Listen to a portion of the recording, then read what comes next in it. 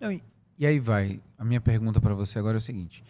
Dos adolescentes ou de crianças que de repente você pega, o quanto se tem por causa da família? Vou te dizer porque assim, lá em casa, depois que eu mudei a minha alimentação, eu mudei a minha e acabou mudando dos meus filhos juntos. Mudou de todo mundo. Porque assim, não, acaba sendo um espelho. Sim. Então, toda vez que a gente está pensando em melhorar, você é o espelho dos seus filhos.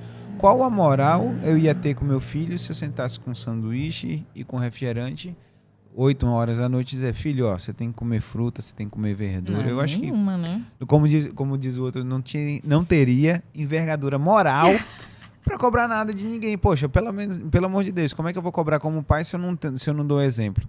Então, assim, o quanto tem a família, também no caso dos filhos, os pais, porque eu imagino assim, não adianta você chegar lá, passar uma dieta, tudo direitinho, tem que fazer isso tudo, e os pais, poxa, continuam... Quem faz o supermercado são os pais, para os adolescentes. Sim. Pelo menos para o que se come dentro de casa. Para as crianças também. Quem faz o supermercado são os pais. Uhum.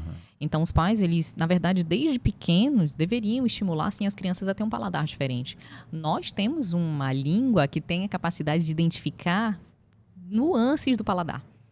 Mas o que acontece hoje? A maioria das crianças são estimuladas somente com doce e salgado. Sim. Desde cedo consumindo açúcar, desde cedo consumindo muito sal, comendo batatinha frita, comendo aqueles cheetos, fandangos e tudo mais. E isso vai criando uma memória, tanto uma memória no paladar, na língua, quanto uma memória cerebral. Então a criança, às vezes, ela nem identifica quando ela come um alimento que ela não conhece, ela não sabe dizer, isso aqui é azedo, isso é amargo, isso é umami, porque ela não foi estimulada. Então, desde pequena, ela deveria vir sendo estimulada pelos pais, com uma alimentação mais saudável. E a possibilidade dela se tornar um adulto obeso diminuiria bastante. Não, eu lembro de uma vez um caos, né? No consultório, que uma mãe estava lá e brigando, falando, doutor, por favor, fale pro meu filho que ele tem que comer bem, tudo direitinho, não pode comer besteira. Aí eu falei para ela assim, mas mãe, ele já trabalha. Ela falou assim, não, doutor, por quê? Falei, não, pô, pensei que era ele que comprava comida na sua casa. Porque eu entendo isso, eu entendo lá em casa a maior briga é porque é o seguinte, se eu vou pro mercado, não entra nada de besteira. Se a minha esposa vai, entra. Então, assim, o que os meninos fazem? Torcem pra minha mulher ir ao supermercado. Ficam torcendo. Exatamente. Deixa eu voltar um pouquinho pro jejum intermitente, porque eu queria entender uma coisa. Sim. Jejum intermitente é pra todo mundo? Não é pra todo mundo. Tá querendo saber em relação às contraindicações? Sim. Quem que não deveria fazer jejum intermitente? Crianças, adolescentes, são os extremos de idade, né? Certo. Criança, adolescente, muito idoso, acima de 80 anos, não deveria fazer jejum intermitente. Até 70 e poucos a gente ainda consegue levar.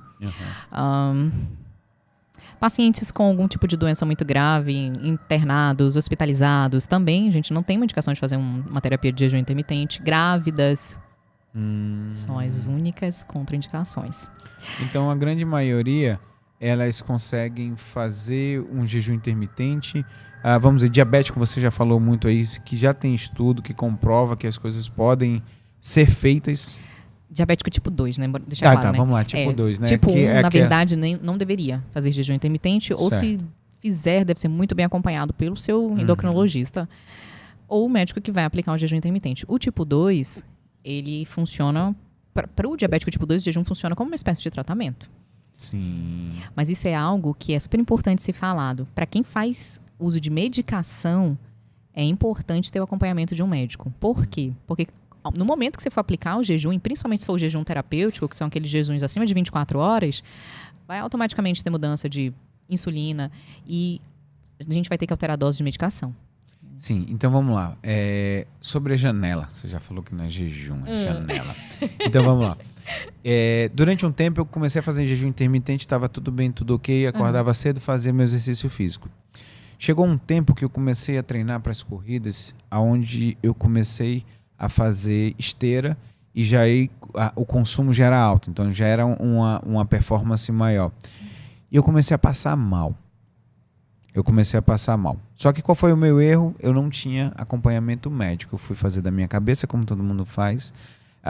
E aí começou a ter um bloqueio. Eu achar que jejum intermitente não pode ser junto com atividade exercício, física? atividade física aeróbica. Fala pra mim como é que tu fazia essa tua atividade física, tu lembras? Eu lembro, acordava cedo, ia pra academia mais ou menos 7h30 da manhã. Eu começava a malhar até umas 8h30 e 8h30 eu corria até as 9 horas. Então, 1 hora de musculação. E depois meia hora em média de corrida. De corrida. Essa corrida era na esteira? É corrida na esteira. E aí ficava fazendo tiro, eram coisas Tipo rápidas, de potência, intervalada, exatamente. Você tá entendendo? Entendi. E aí foi a primeira vez que eu comecei a passar mal. E Como diz o sentiu? caboclo, Teve um uma passamento. piloura. Falei, Uma teve um piloura, deu embaçamento e o cara... Aí o meu personal falou assim, Gerson, calma aí. passamento. Você comeu alguma coisa? Eu falei assim, não, tô em jejum. Uhum. Aí ele falou, cara, você tem que comer alguma coisa, porque agora a gente começou um treino mais puxado. Só que assim, o que eu entendo? Eu não me preparava na noite anterior, na última refeição, eu não tinha noção. Eu fiz o que todo mundo fazia. Deixou de comer e foi. Deixei de comer e pronto. Disseram que jejum intermitente é assim, você para de comer 8, vai comer meio-dia. E eu achava que isso resolvia. Na verdade, é aquilo que eu te falei, né? Nós temos estoques para gastar por 24 horas. Isso não quer dizer que todo mundo tem que fazer jejum de 24 horas, que tá tudo bem. Não significa isso, né? Tanto que, por exemplo, tu começou a ficar em jejum depois de 6 horas que tu começa a usar os teus estoques. Começa a usar os estoques de energia que você tem guardado no teu corpo. E em 24 horas, digamos que eles se esgotam, né? Eu te perguntei como foi a tua atividade física, porque dependendo da intensidade da atividade física, aí sim talvez precise se alimentar.